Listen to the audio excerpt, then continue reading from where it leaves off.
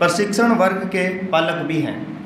आपके स्वागत हेतु मैं श्रीमान लक्ष्मण सिंह जी राठौड़, वर्ग संयोजक एवं प्रांत सचिव जयपुर, आपसे निवेदन करूंगा अपने विषय का आगाज करें।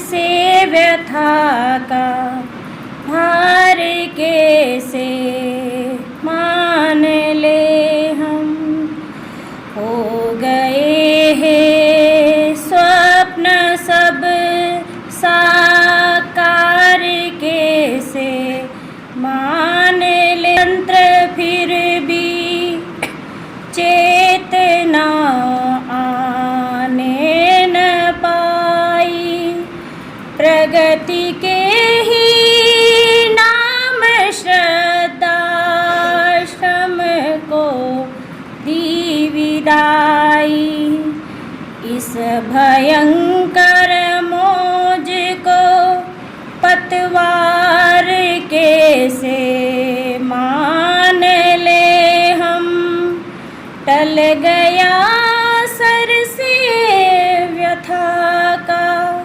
भार कैसे मान ले हम, देश सारा घिर रहा है धैर्य के घन बादलों से, गिर रही प्रिय दलों से, इस अमा के तिमिर को ही अरिणुमा क्या मान ले हम, टल गया सर से व्यथा का भार कैसे मान ले हम, राष्ट्र को सब लोग भूले, स्वार्थ है युग मंत्र सारा, प्रांत भाषा भेद की बह रही नित कलुष धारा, इस पराए तंत्र को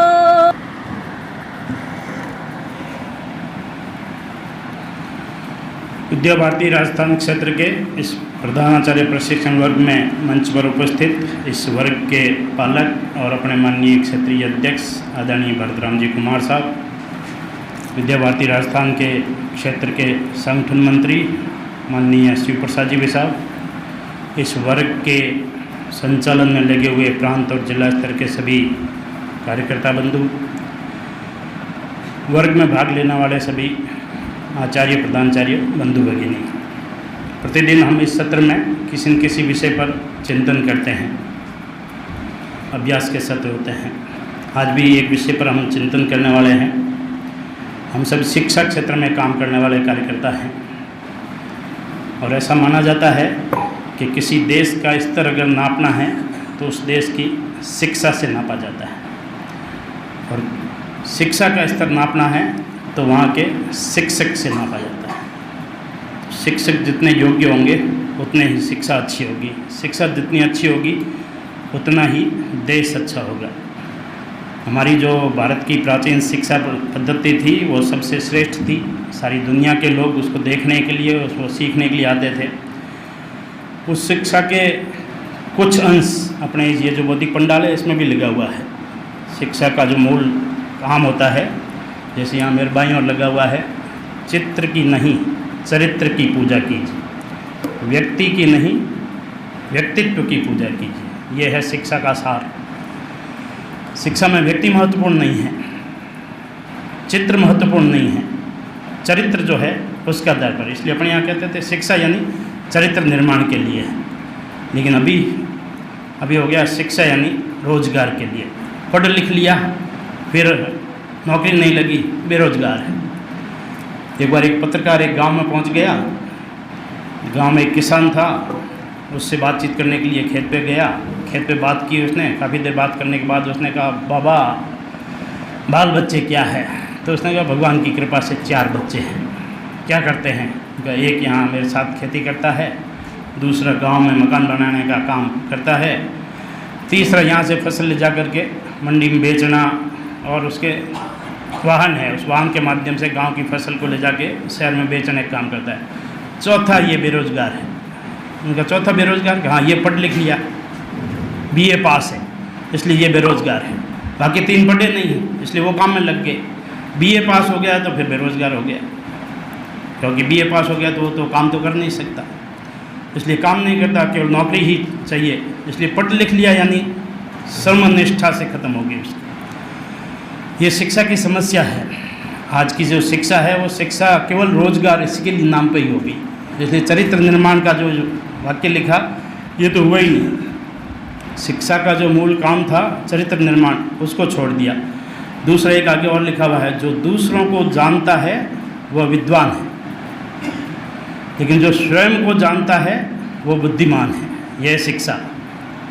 दूसरों के दोष निकालना, दूसरों के करना तो सामान्य काम है, हर कोई भी कर लेगा, लेकिन स्वयं की तरफ देखेंगे तब होगा। अपने यहाँ कहते हैं ना, दूसरे की तरफ एक उंगली करते हैं तो 3 उंगलियाँ अपनी तरफ रहती है, लेकिन वो 3 उंगलियाँ अपनी तरफ रहती है वो दिखाई नहीं देती है। हम दूसरों की सब चीज़ें करेंगे, स्वयं को जानने का प्रयास कर लेंगे, स्वयं को जान लेंगे तो बुद्धिमान है, यानी शिक्षित है। शिक्षित यानी जीवन व्यवहार में बोलने वाली चीज़ें। तो शिक्षा यानी जीवन व्यवहार में बोलने वाली थी। आज की शिक्षा में ये है नहीं। हम शैक्षिक क्षेत्र में काम करने वाले सब कार्यकर्ता है। शैक्षिक जगत में विभिन्न प्रकार की चुनौतियाँ आ गई। आजकल शिक्षा का काम भी सरल नहीं रहा। पहले पौसाल चलाते थे, एक चबूतरे पर गुरुजी बैठते थे और गली के सब बच्चों को बिठा करके पौसाल चला देते थे। भारत में शिक्षा की भरपूर मात्रा थी, हर गली मोहल्ले में पौसालें थी। ऐसा कहते हैं कि 400 की जनसंख्या पर एक विद्यालय हुआ करता था भारत में। अंग्रेजों ने जब सर्वे किया था उसमें भारत में 400 की जनसंख्या पर एक विद्यालय हुआ था। स्वतंत्रता के 75 साल बाद भी हम उस स्थिति में नहीं पहुँचे, अभी भी 400 की जनसंख्या पर एक विद्यालय नहीं है। तो शिक्षा घर घर गली मोहल्ले में अंदर थी, और समाज के लिए उपयोगी शिक्षा जैसी चाहिए थी वैसी शिक्षा दी जाती थी। शिक्षा सरकार के नियंत्रण में भारत में कभी नहीं रही। गुरुजी को समाज की आवश्यकता के अनुरूप जैसी शिक्षा की आवश्यकता थी वैसी शिक्षा दे देते थे। आज समस्या है कि शिक्षा सरकार के नियंत्रण में है, इसलिए सरकार जैसा चाहती है वैसी शिक्षा होती है। सरकार बदलती है तो शिक्षा बदल जाती है, पाठ्यक्रम बदल जाता है, सिलेबस बदल जाता है, किताबें बदल जाती है। इसलिए सरकार के अनुरूप शिक्षा ये हो गया। तो शिक्षा क्षेत्र में अभी काम करना, मैंने कहा ना, एक चुनौतीपूर्ण काम हो गया। बड़ी समस्याएं हैं उसके अंदर। सबसे बड़ी समस्या है अच्छे और योग्य आचार्य नहीं मिलते। शिक्षक तैयार करने अभी आप सब विद्यालय में पढ़ाते ही आए हैं। मैं अभी एक पब्लिक स्कूल के अंदर एक रामायण पर कार्यक्रम था, उसमें गया। तो उसके प्रिंसिपल ने बच्चों से पूछा, बाद में सामान्यतः अपन सब भी जानते हैं, उसने कहा आप में से शिक्षक कौन कौन बनना चाहते हैं? तो 6ठी 7वीं 8वीं के बच्चे बैठे थे उसके, एक भी बच्चे ने हाथ नहीं खड़ा किया। उनका शिक्षक बनना कोई चाहता ही नहीं है। वास्तविकता यही है, शिक्षक बनना हमारी प्राथमिकताओं में नहीं है, मजबूरियों में है। इसलिए योग्य शिक्षक मिलते ही नहीं हैं। कुछ काम नहीं हुआ तो शिक्षक बन गए। शिक्षक बन करके पटवारी की परीक्षा देने वाले मिलेंगे, शिक्षक बन करके ग्राम सेवक की परीक्षा देने वाले मिलेंगे। सरकार में शिक्षक की नौकरी लग गई तो भी RAS की परीक्षा देने वाले मिलेंगे, क्योंकि लक्ष्य तो उधर की ओर है। शिक्षक तो लक्ष्य नहीं है, शिक्षक तो मजबूरी में है। RAS में सिलेक्शन नहीं हुआ तो चलो चला लेंगे, ज़िंदगी काट लेंगे शिक्षक के रूप में। पटवारी में सिलेक्शन नहीं हुआ तो चलो शिक्षक में ज़िंदगी काट लेंगे। इसलिए ज़िंदगी काटना शिक्षक हो गया। किसी भी बच्चे में, किसी भी विद्यालय में जाके पूछेंगे शिक्षक कोई बनना चाहता है तो बनना नहीं चाहता। इसलिए शिक्षक सबसे बड़ी समस्या है। शिक्षा अगर अच्छी करनी है तो शिक्षक का स्तर अच्छा करना पड़ेगा, और शिक्षक का स्तर तो आजकल रहता ही नहीं है। शिक्षक तैयार करने की जो कॉलेज है वो कॉलेज के अंदर जाने की आवश्यकता नहीं है, क्योंकि सब आर्थिक युग हो गया है ना। इसलिए B.Ed कॉलेज वाला है, उसके छात्रावास भी है, कॉलेज भी है। जो सरकार चयनित करके PTET के माध्यम से 100 सीटें उस B.Ed कॉलेज वालों को देते हैं। 100 में से वो क्या देता है, हॉस्टल में रहोगे क्या? हॉस्टल की फीस 60,000 रुपये है, और स्कूल की फीस सरकार द्वारा निर्धारित वो है। अगर नहीं आना चाहते हो, कॉलेज में नहीं आना चाहते हो, तो 25,000 30,000 देना, साल के अंत में लेसन देने के लिए आ जाना। तो शिक्षक तो वो बन गए जिन्होंने खुद ने कभी पढ़ाया नहीं, जिन्होंने खुद की बीएड की डिग्री है वो बिना बीएड कॉलेज में गए हुए ले ली। योग्य शिक्षक मिलते नहीं हैं। अपने पास में भी ये समस्या आती है, ये बड़ी चुनौती है। अगर शिक्षक ही अच्छे नहीं होंगे तो शिक्षा अच्छी कैसे करेंगे, शिक्षा का स्तर कैसे अच्छा करेंगे, शिक्षा को ठीक करना, शिक्षा चरित्र निर्माण वाले करेंगे कैसे? जो खुद व्यक्ति अपने बारे में ही सोच रहा है वो समाज और राष्ट्र के बारे में सोचेगा क्या? शिक्षा अपने यहाँ कहते हैं कि शिक्षा मतलब दूसरों के हित में काम करने की सोचने वाला होता है। तो वेद व्यास जी के पास में एक बार सारे ऋषि मुनि गए, उन्होंने कहा महाराज सारी जिंदगी खत्म हो जाएगी, इतने वेद पुराण उपनिषद पढ़ेंगे, इतने कब पढ़ सकते हैं? आपने सब अध्ययन कर रखा है, हमको सार बता दो। तो वेद व्यास जी का 18 पुराणेषु व्यासस्य वचनम द्वय परोपकाराय पुण्यानाम पापाय परिपीडनाम।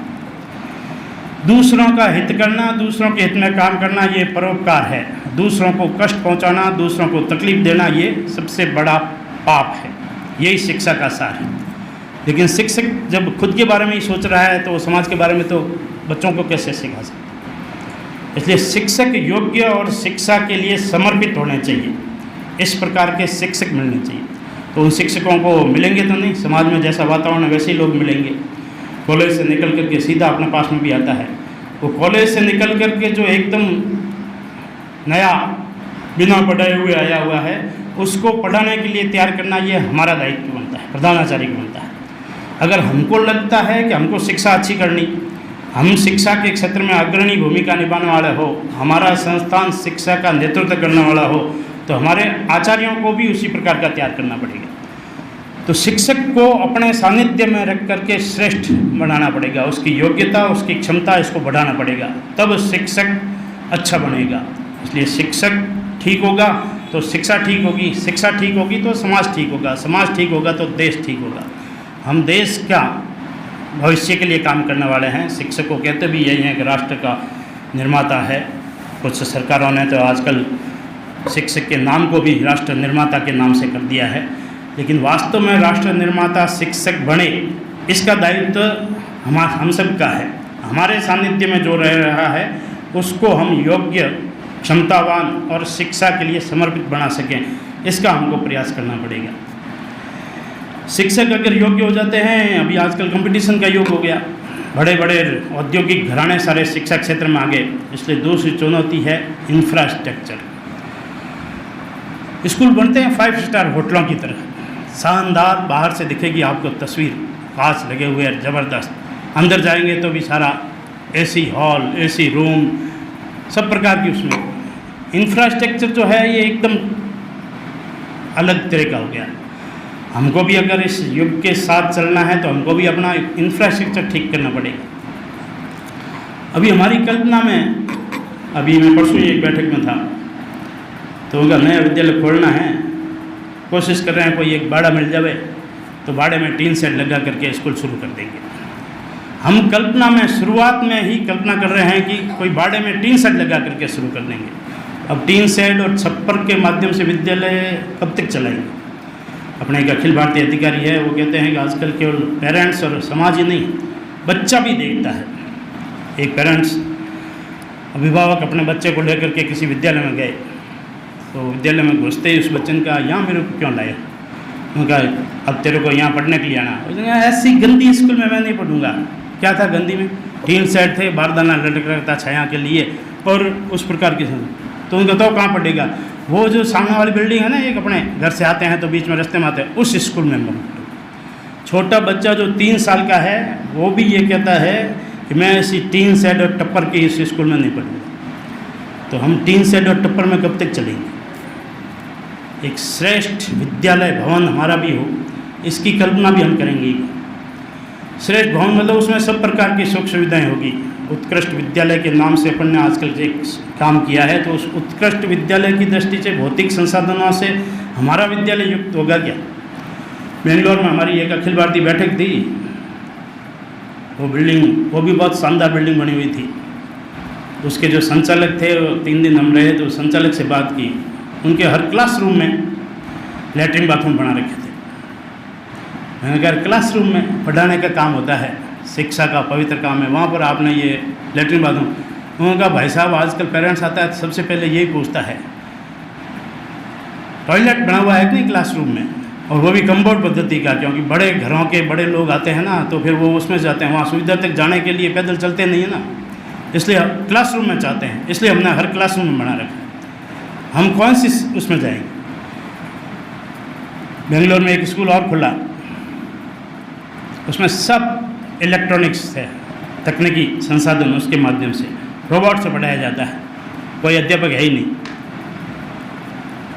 बड़े घराने जब स्कूलों में इसमें आना शुरू हो गया ना, तो इन्होंने इस स्कूलों को खाका बदल दिया है, इसलिए लोगों का आकर्षण भी उधर हो गया है। तो इंफ्रास्ट्रक्चर भी एक चुनौती है, हम किस प्रकार के इंफ्रास्ट्रक्चर के अंदर चलेंगे। हमारा विद्यालय भवन भी श्रेष्ठ विद्यालय भवनों में हो सकता है, इसकी हमको कल्पना करनी पड़ेगी, उस कल्पना के अनुरूप उसको साकार करना। हो गए हैं स्वप्न सब साकार, कैसे मानने किया ना, टल गया है सिर से भार व्यथा का मान ले। तो ये स्वप्न जो है, पहले स्वप्न देखना पड़ेगा, उस स्वप्न को साकार करने के लिए लगना पड़ेगा। हमारे विद्यालय का भी हम कोई कल्पना करते हैं क्या, हमारे विद्यालय का इस प्रकार का एक श्रेष्ठ भवन का निर्माण करेंगे। बजट जो आएगा जो होगा, लेकिन एक पूरा मास्टर प्लान तो हम अपने अपने विद्यालय का बनाएं। अभी मैं एक जिले में था, मैंने कहा आप अपने अपने पूरे जिले के सब विद्यालयों का कितने भौतिक कल्पना करें, भौतिक दृष्टि से हम श्रेष्ठतम जाएंगे, कल्पना करने में तो जाएं। उस प्रकार का एक कल्पना करके हर विद्यालय का अनुमानित खर्च निकाल करके रखो, क्या पता कभी कोई आ जावे और देने के लिए तैयार हो, तो उसको देने के हम बताने के लिए तैयार हो हमारी ये आवश्यकता है। नहीं तो जब आएगा तब सोचेंगे तो क्या होगा। इसलिए अपने अपने विद्यालय की एक कल्पना, भौतिक दृष्टि से अंतिम समय तक की कल्पना, इस स्तर तक हम पहुंचेंगे, ऐसी कल्पना करके तो रखें। फिर उसको साकार करने के लिए लगना पड़ेगा। 2 कमरा का बजट आया तो 2 कमरे बढ़ेंगे, फिर 2 कमरे बढ़ेंगे, फिर 4 कमरे बढ़ेंगे, इस प्रकार की स्थिति में जाएंगे। तो अपने विद्यालय का भी भवन और सुविधाएं ये श्रेष्ठतम करना, इसकी दृष्टि पर हम पर विचार करना पड़ेगा। एक मास्टर प्लान बना करके स्थायी रूप से रखना पड़ेगा, और उस मास्टर प्लान के अनुरूप धीरे धीरे बजट जो आता है उसका आधार पर काम करना पड़ेगा। हमारा विद्यालय भवन भी एकदम श्रेष्ठतम दिखे। लुकआउट जो है ये अच्छा दिखने वाला विद्यालय भवन चाहिए आजकल। तो पुराना जो स्थिति है उस स्थिति को भी हम अच्छा दिखने के लिए स्थिति में क्या कर सकते हैं, इसके बारे में विचार करना पड़ेगा। मैं दिल्ली के एक विद्यालय में गया, उसके अंदर घुसते ही उस विद्यालय की सारी उपलब्धियां, उसके जो स्वागत कक्ष है उसके अंदर लगा हुआ था।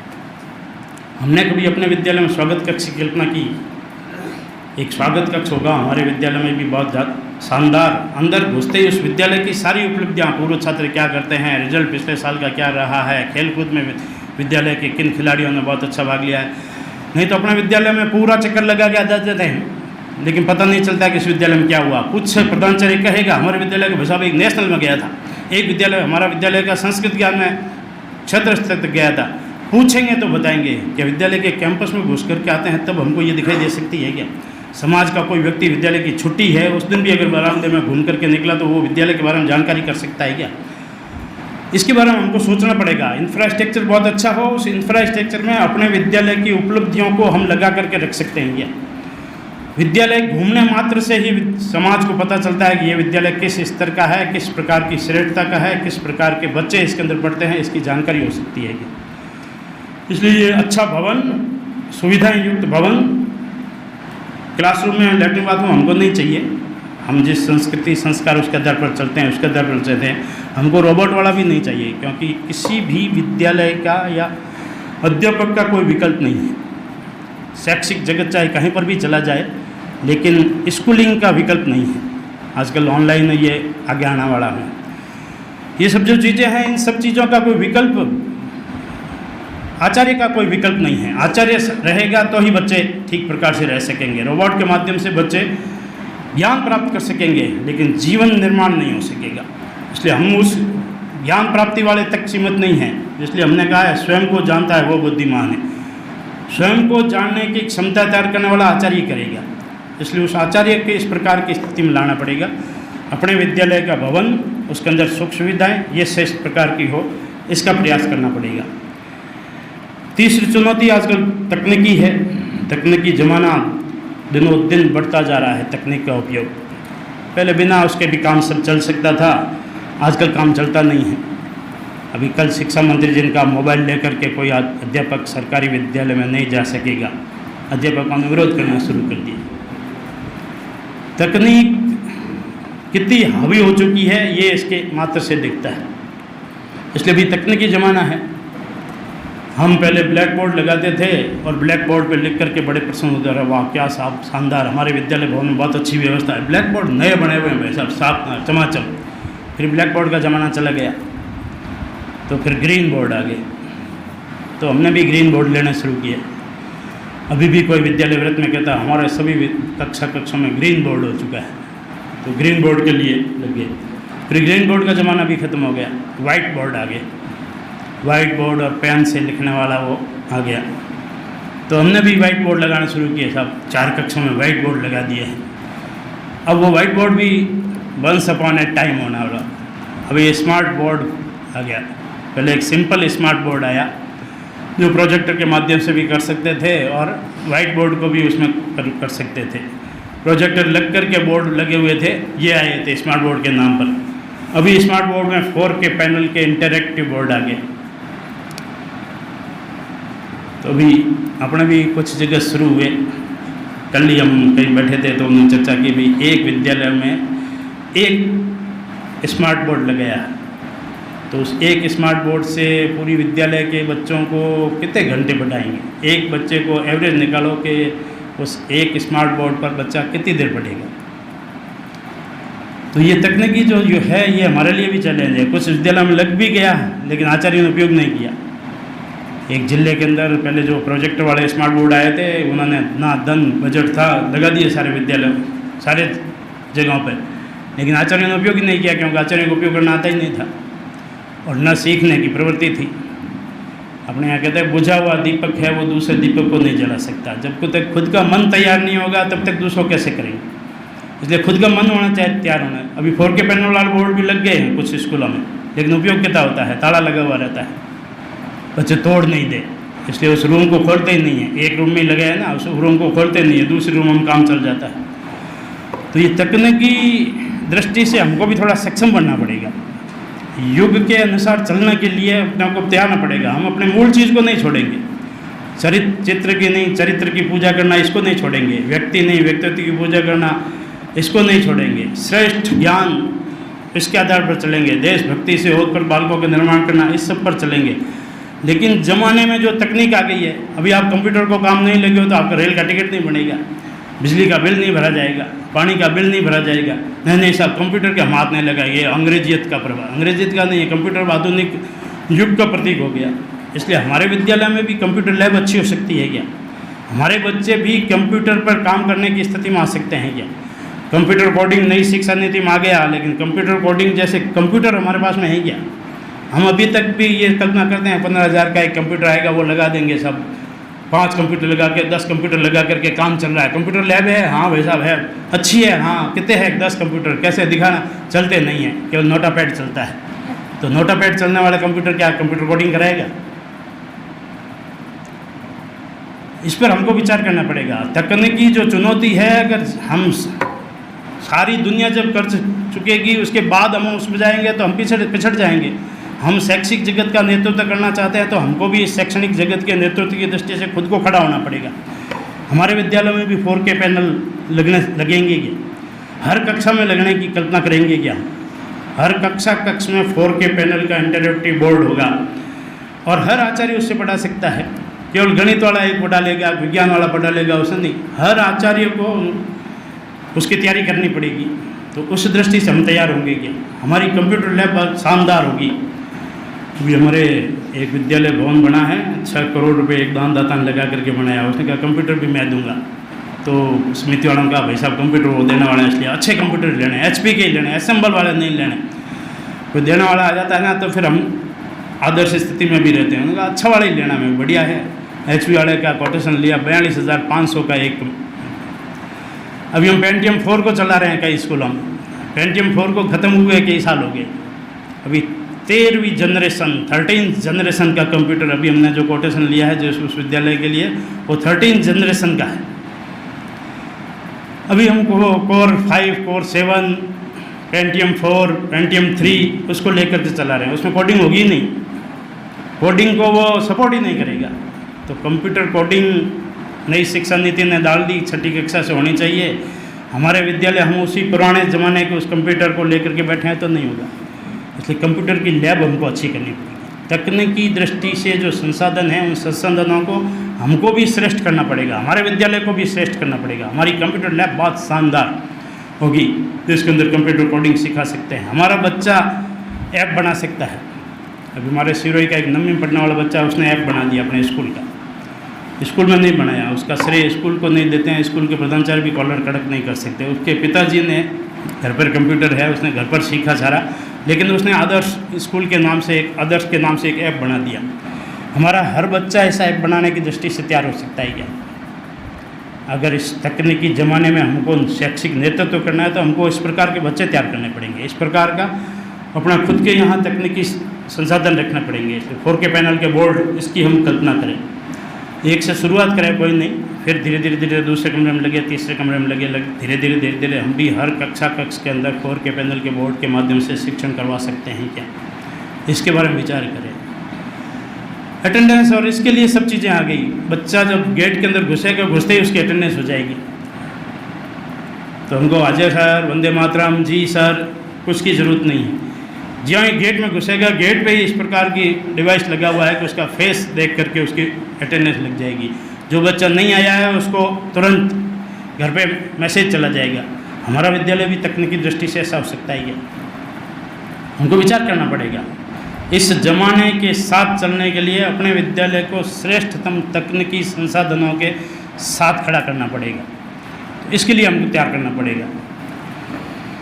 तकनीकी संसाधन ये भी एक चुनौती है। इस चुनौती को अगर हम स्वीकार करेंगे तो अपने विद्यालय को भी तकनीकी दृष्टि से सक्षम बनाने के लिए प्रयास करने पड़ेंगे। उसकी हमको कल्पना भी करनी पड़ेगी और हम खुद को भी तकनीकी फ्रेंडली बनना पड़ेगा। तब हम ये काम कर सकेंगे, तब हम टिकने की स्थिति में रहेंगे। फिर बड़ी चुनौती है भाषा की। आजकल आदर्श विद्या मंदिर है तो संख्या कम है, आदर्श पब्लिक स्कूल कर दी तो लाइन लग जाती है। अंग्रेजी माध्यम मतलब अपने को लगता है मोक्ष प्राप्ति का एक शानदार साधन है, वो अंग्रेजी माध्यम है। इंग्लिश मीडियम पढ़ेंगे तो सीधा मोक्ष की प्राप्ति हो जाएगी। इसलिए समाज के अंदर ये होगी। अपने संघ के परम पूजनीय सरसंघचालक जी ने 2 साल पहले विजयदशमी की भौतिक में कहा, शिक्षा राष्ट्रीय शिक्षा नीति आई है, उस शिक्षा नीति ने कह दिया 5वीं तक की शिक्षा जो है वो मातृभाषा में होनी चाहिए। लेकिन समाज तैयार है क्या आप अपने बच्चों को 5वीं तक शिक्षा मातृभाषा में कराने के लिए तैयार हो? उन्होंने समाज से प्रश्न किया। सरकार ने बना दिया कानून, 5वीं तक की शिक्षा मातृभाषा में हो, शिक्षा नीति में भी दे दिया। लेकिन समाज तैयार है क्या? अभी समाज की मानसिकता नहीं है। समाज में लगता है इंग्लिश मीडियम हो जाएगा तो ज़िंदगी सुधर जाएगी। बच्चे का अगर जीवन सुधारना है, एक सामान्य हमारे एक विद्यालय है, उसका वाहन चालक है, लेकिन उसकी बच्ची को उसने सोफिया स्कूल में एडमिशन करवाया। अब 10वीं कर ली उसने, 10 साल हो गए उसको। तो सोफिया स्कूल मतलब बच्चियों की एक इंग्लिश मीडियम की बहुत बड़ी स्कूल है। उस स्थान पर उस स्कूल में उसने वाहन चालक जो है उसकी भी कल्पना है कि अंग्रेजी माध्यम पढ़ेगी तो बच्ची अपने तो भाई साहब जिंदगी निकाल दी वाहन चला करके, लेकिन बच्ची तो बहुत अच्छी होनी चाहिए, इसलिए बच्ची को उसमें पढ़ा। सामान्य टैक्सी ड्राइवर है वो भी अपने बच्चों को इंग्लिश मीडियम में भर्ती करता है। रिक्शा चालक है वो भी इंग्लिश मीडियम में पढ़ा। क्या अंग्रेजी माध्यम एक हवा खड़ा हो गया समाज के अंदर। ये चुनौती है। इसलिए मातृभाषा में मैं एक जिले में गया, उसने भाई साहब हमारे तो हिंदी माध्यम के जितने भी विद्यालय हैं वो सब बंद हो गए, केवल अपने 2 चल रहे हैं, बाकी वो भी 2 रोते चल रहे हैं, लेकिन बाकी सब हिंदी माध्यम के जितने भी विद्यालय थे हमारे जिला हेडक्वार्टर पर बंद हो गए। अब सब इंग्लिश मीडियम उसके अंदर है। तो इंग्लिश मीडियम जीवन का निर्माण वही करेगा क्या? समाज की इस धारणा को कौन बदलेगा? क्या हम अपने विद्यालय में हम अंग्रेजी पढ़ाते हैं, ए फॉर एप्पल अरुण कक्षा से शुरू करते हैं। विद्या भारती कहती है शिशु वाटिका में अंग्रेजी नहीं होनी चाहिए, तो भी हम शुरू करते हैं। भाई साहब पेरेंट्स मांगता है, अभिभावक नहीं तो नाराज हो जाता है, इसलिए अरुण कक्षा में भी ए फॉर एप्पल हम करवाते हैं। अरुण कक्षा से ए फॉर एप्पल करवाने वाले हमारे विद्यालय में 10वीं पास करके निकलता है बच्चा, अंग्रेजी में बोल सकता है? ये माध्यम नहीं करेंगे हम, ये भी निश्चित है। विद्या भारती माध्यम अपनी मातृभाषा के माध्यम से पढ़ेगा, लेकिन अंग्रेजी हम पढ़ा तो रहे हैं, तो हमको अंग्रेजी तो अच्छी करनी पड़ेगी ना। अगर हमको इस समाज को दिशा बदलनी है तो समाज जो चाहता है उस प्रकार का वातावरण तो देना पड़ेगा। हमारे बच्चे क्या अंग्रेजी में बोलते हैं क्या? 10वीं पास करके 10वीं में अंग्रेजी में 100 में से 100 नंबर लाने वाले अपने विद्या भारती के विद्यालय के बच्चे हैं, लेकिन बोलना कहते हैं तो गैर उलझ जाता है, ख़त्म हो जाता है। कब तक चलेगा ऐसा? अंग्रेजी का आचार्य अंग्रेजी में पढ़ा सकता है क्या? हमारा भाई सब बैठे हैं पीछे, वो कहते हैं मैं 2004 से विद्या भारती में आया, इंग्लिश स्पोकन के आचार्यों के क्षेत्र के वर्ग लगते हैं, लेकिन हर साल वर्ग लगते हैं, उसके बावजूद भी इंग्लिश स्पोकन नीचे नहीं उतरता है। वो की वही स्थिति रहती है। वो जो आचार्य आता है वो खुद भी इंग्लिश स्पोकन नहीं कर सकता, तो अंग्रेजी कैसे जाएगी?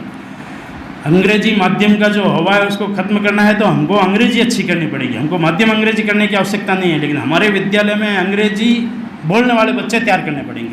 इंग्लिश स्पोकन की पुस्तकें छप छप करके आती है, उपयोग होता है क्या विद्यालय में? हम सब अपने अपने विद्यालय का देखें, हमारे विद्यालय में उस इंग्लिश स्पोकन की पुस्तक का उपयोग होता है क्या?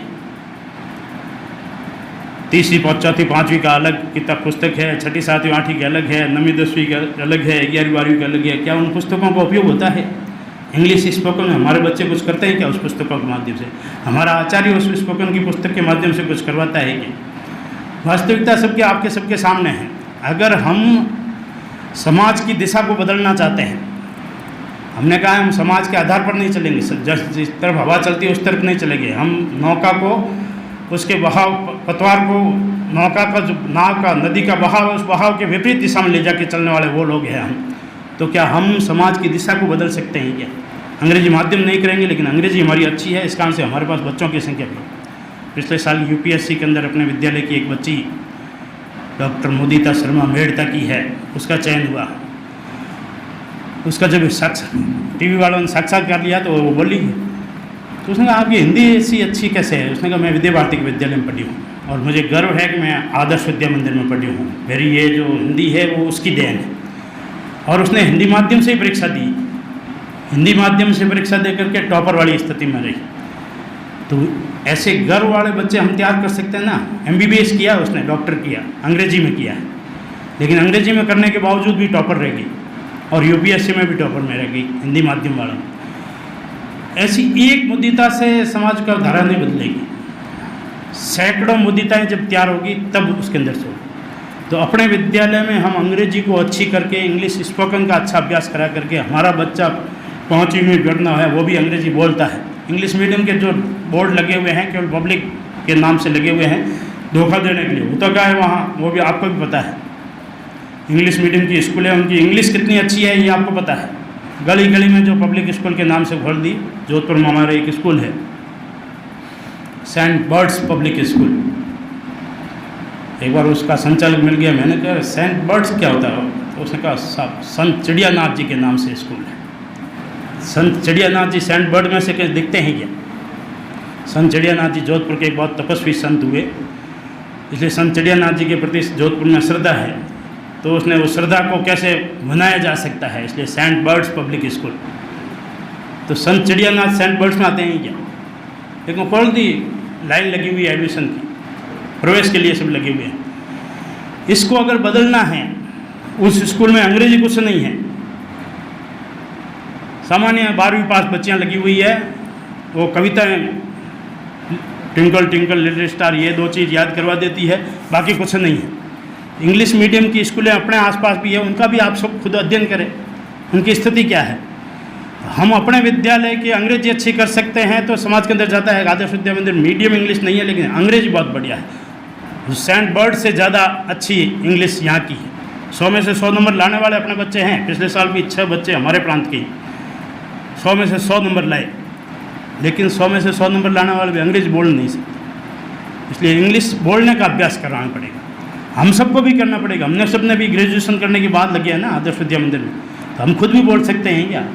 केवल इंग्लिश को ठेका नहीं है कि इंग्लिश टीचर है वही अंग्रेजी बोलेगा। अपने विद्यालय के सभी अध्यापक सामान्य अंग्रेजी भाषा में बोल सकते हैं। ग्रेजुएशन तो किया है, फर्स्ट ईयर तक अंग्रेजी तो सबके सब विषय रहा है, तो फिर हम क्यों नहीं बोल सकते? हम बोलने का अभ्यास करेंगे तो वो बाकी भी बोलेंगे। इसलिए आदर्श विद्या मंदिर के परिसर में अंग्रेजी नहीं बोल सकते हैं ऐसा कहीं नहीं है। हमको अपने विद्यालय में अंग्रेजी अच्छी करना, इस दृष्टि से भी लगना पड़ेगा। हमारा अंग्रेजी का आचार्य है वो भी करे, अंग्रेजी के आचार्य से हम थोड़े प्रयास करें, और हम सब प्रयास करके अंग्रेजी अच्छी कर लेंगे, बच्चों की बोलने की अंग्रेजी अच्छी कर देंगे, तो फिर उसमें से हो जाएगा।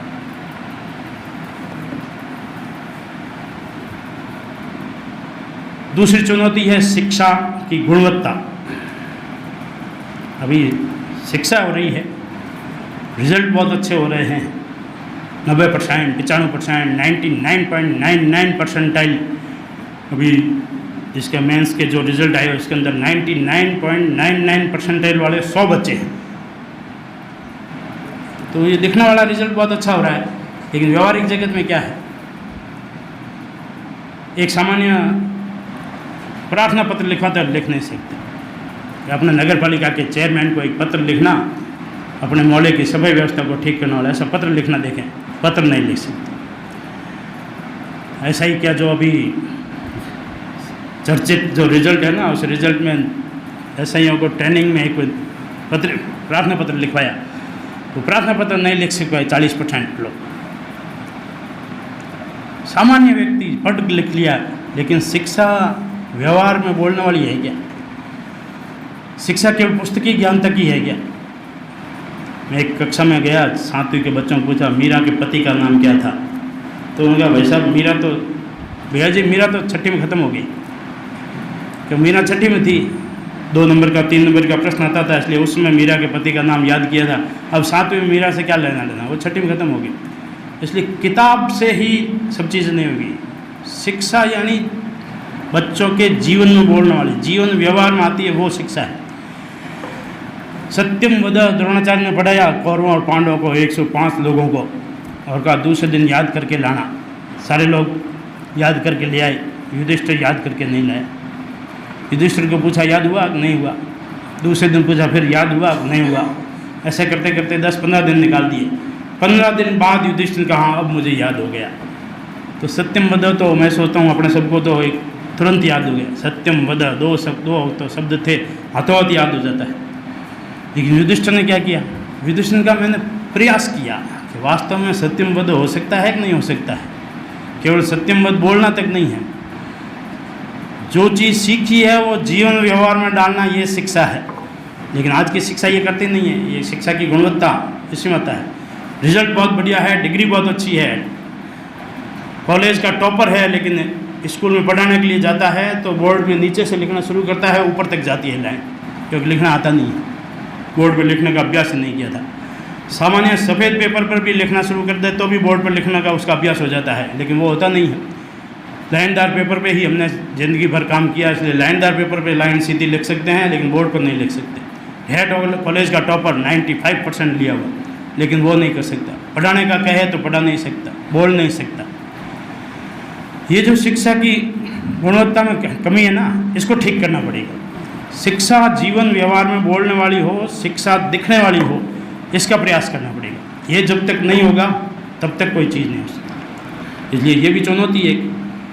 केवल अंक ज्ञान प्राप्त करना, अंक प्राप्त करना, यहाँ तक शिक्षा नहीं है। शिक्षा को अगर समाज के लिए उपयोगी बनाना है तो शिक्षा की गुणवत्ता को ठीक करना पड़ेगा। तो इस दृष्टि से हमको विचार करना पड़ेगा कि हमारे पढ़ाए हुए बच्चे इस देश और समाज के लिए उपयोगी हो सकते हैं। तो इस देश के जो हमने शिक्षा दी है वो शिक्षा उनके जीवन व्यवहार में बोलने वाली हुई है या नहीं, जीवन में शिक्षा का प्रकटीकरण होता है या नहीं होता है, इसका तरफ ध्यान देना पड़ेगा। ये करेंगे तब होगा। और अंतिम एक और चुनौती है मूल्यांकन। अभी शिक्षा जगत का मूल्यांकन का तरीका ही इस प्रकार का है, ईटिंग एंड वॉमिटिंग। परीक्षा हॉल में आप जितनी बड़ी उल्टी कर सकते हैं आप अच्छे पढ़ेंगे, आपको आता सब कुछ है, जीवन व्यवहार में आपके सब कुछ है, लेकिन आपने परीक्षा हॉल में उस समय आपके सिर चकराया, आप कुछ नहीं लिख पाए, आप फेल हो गए। आप जीवन में बहुत बढ़िया है, व्यवहार में बहुत बढ़िया है, सारे लोग आपको कहते हैं ये व्यक्ति बहुत श्रेष्ठ है, लेकिन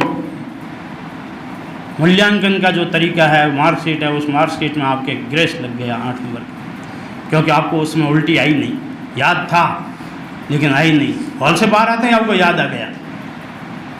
आपको भी अनुभव आता होगा, कई अभिभावक आते हैं भैया जी घर आकर के तो इसने पेपर को सारा बताया था मुझे, एकदम सही था, फिर अपने नंबर कैसे आ गए? क्योंकि घर पर आया तब तक तो उसको याद आ गया था, इसलिए उसने आपको बता दिया, लेकिन परीक्षा हॉल में उसको उल्टी हुई नहीं, इसलिए वो जितना था उतना लिख के आया या खाली कॉपी छोड़ करके आ गया, इसलिए फेल हो गया।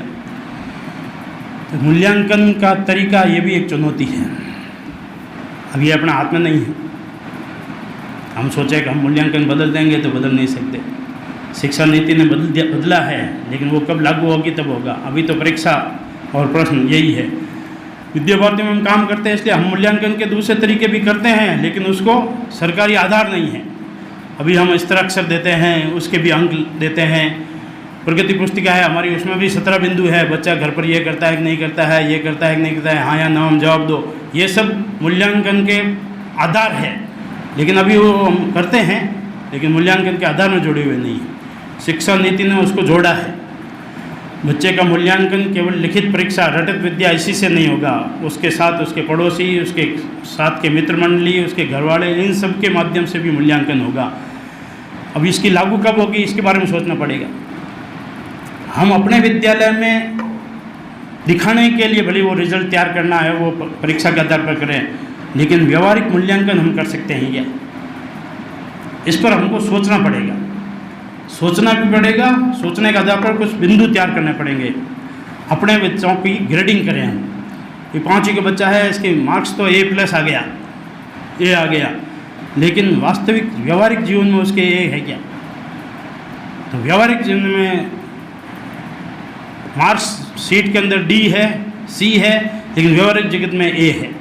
इस प्रकार हम जब ग्रेडिंग करेंगे तो हमारी ग्रेडिंग में A आ सकता है। उसका बोलचाल बहुत अच्छी है, उसका व्यवहार बहुत अच्छा है, उसके अंदर संस्कार बहुत अच्छे हैं। उसके आधार पर मूल्यांकन हम अपने स्तर पर तो करें, सरकारी रिकॉर्ड में नहीं करेंगे। इसके बारे में हमको सोचना पड़ेगा। मूल्यांकन व्यवहारिक जगत के आधार पर हो, इसके बारे में हमको विचार करना पड़ेगा। हम सब मिल कर के अपने इस मूल्यांकन के कुछ तरीके बना सकते हैं क्या, इसके बारे में भी हम विचार करें।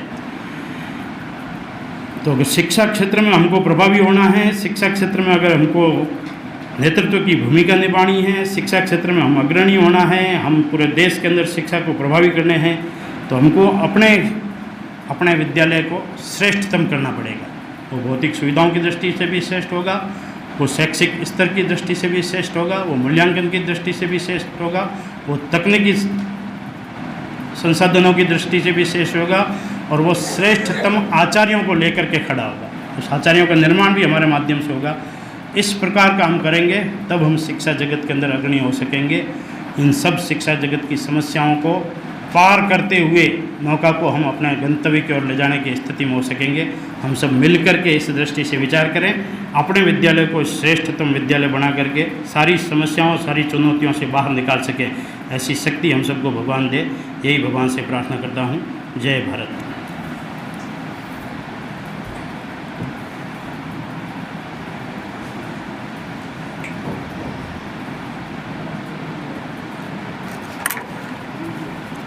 सम्मानित अतिथि महोदय द्वारा दिया गया आज के बौद्धिक के लिए 1 मिनट का हम सब ध्यान करेंगे।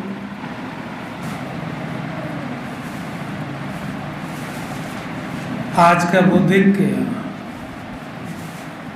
बहुत ही सरल और स्पष्ट भाषा में था, और सामान्यतः ऐसे बिंदु जो हम प्रतिदिन उनका सामना करते हैं, उस समय चर्चा करते हुए ये बात रखी गई थी कि देश की स्वाधीनता से पहले शिक्षा है वो कहीं गट्टे पर बैठा करके कहीं और इस प्रकार से भी व्यवस्था थी, और जो शिक्षा केंद्रों का, विद्यालयों का जो अनुपात बताया उसमें ये कहा कि आज उस रेशियो को पूरा नहीं कर रहे हैं, तो उस समय कितनी जनसंख्या पर एक विद्यालय था। एक बार गोपाल जी भाई साहब थोड़ा सहयोग कीजिए।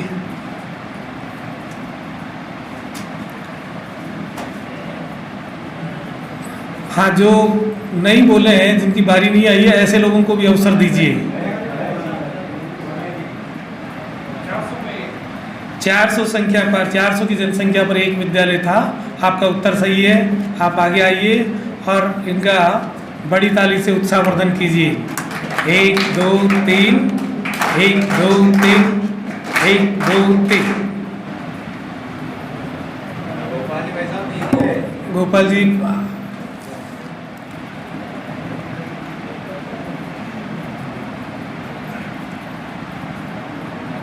शिक्षा क्षेत्र की अनेक चुनौतियों और उनका समाधान उस दृष्टि से चर्चा करते हुए एक चुनौती जो इंफ्रास्ट्रक्चर की आ रही है कि पहले विद्यालय सामान्यतः टिन छप्पर में और वैसे प्रारंभ हो जाते थे, लेकिन आज ये बड़ी समस्या है। तो आज इंफ्रास्ट्रक्चर की जो समस्या दिखाई दे रही है, इसका एक बड़ा कारण बताया था कि ये कारण भी है जिसकी वजह से इंफ्रास्ट्रक्चर की समस्या आज दिखाई देती है। तो वो मूल कारण या जो वो बड़ा कारण है वो क्या है? उस बौद्धिक में क्या बताया गया था? नहीं बोले अभी तक। हाँ, उनको अवसर दीजिए। तो अभी तक नहीं बोले। इंफ्रास्ट्रक्चर की बात हो रही है।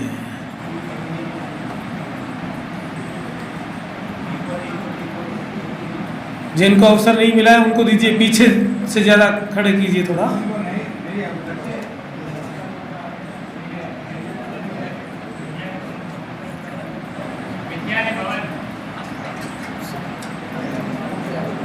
जल्दी पूछिए जगदीश, समय कम लगाइए और पूछिए, सही उत्तर तक जाइए।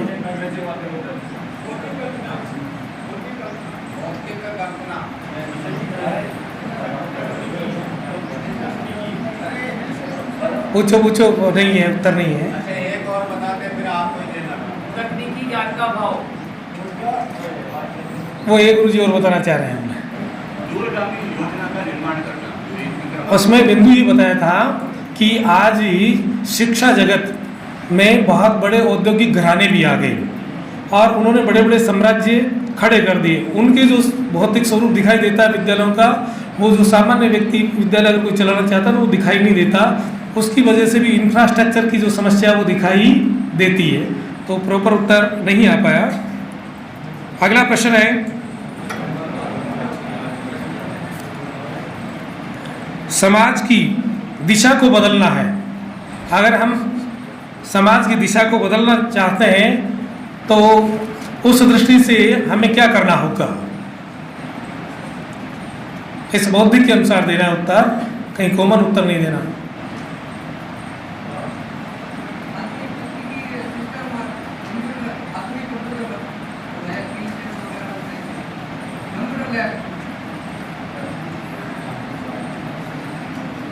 पूछिए, मेरे को लगता है उस पंक्ति तक पहुंचने की गुंजाइश है।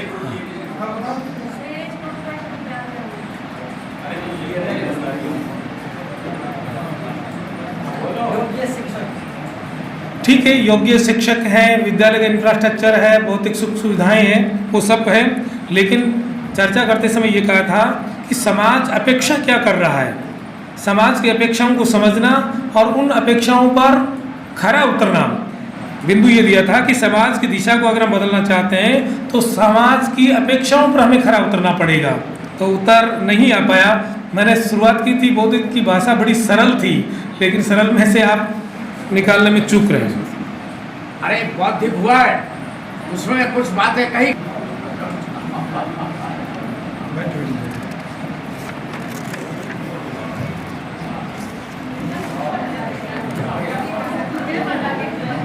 जगदीश ही पूछिए तो।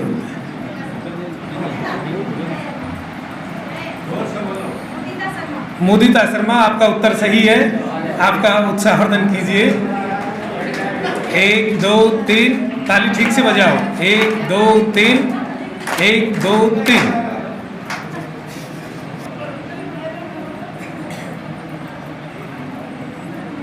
पुरस्कार दे दिए, प्रोत्साहन।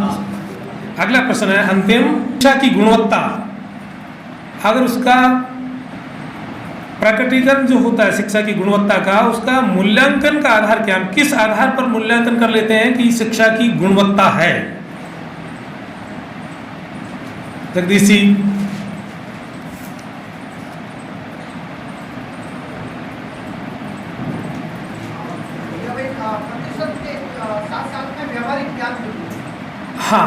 आपका उत्तर थोड़ा एकदम नज़दीक चला गया। वैसे जीवन व्यवहार में अगर वो बात दिखाई देती है, इसका मतलब है शिक्षा की गुणवत्ता है। जीवन व्यवहार में अगर शिक्षा दिखाई नहीं देती, इसका मतलब गुणवत्ता नहीं है। आपका उत्तर सही है। आइए आप सावधान, बड़ी ताली कुरु। 1 2 3 1 2 3 1 2 3। धन्यवाद।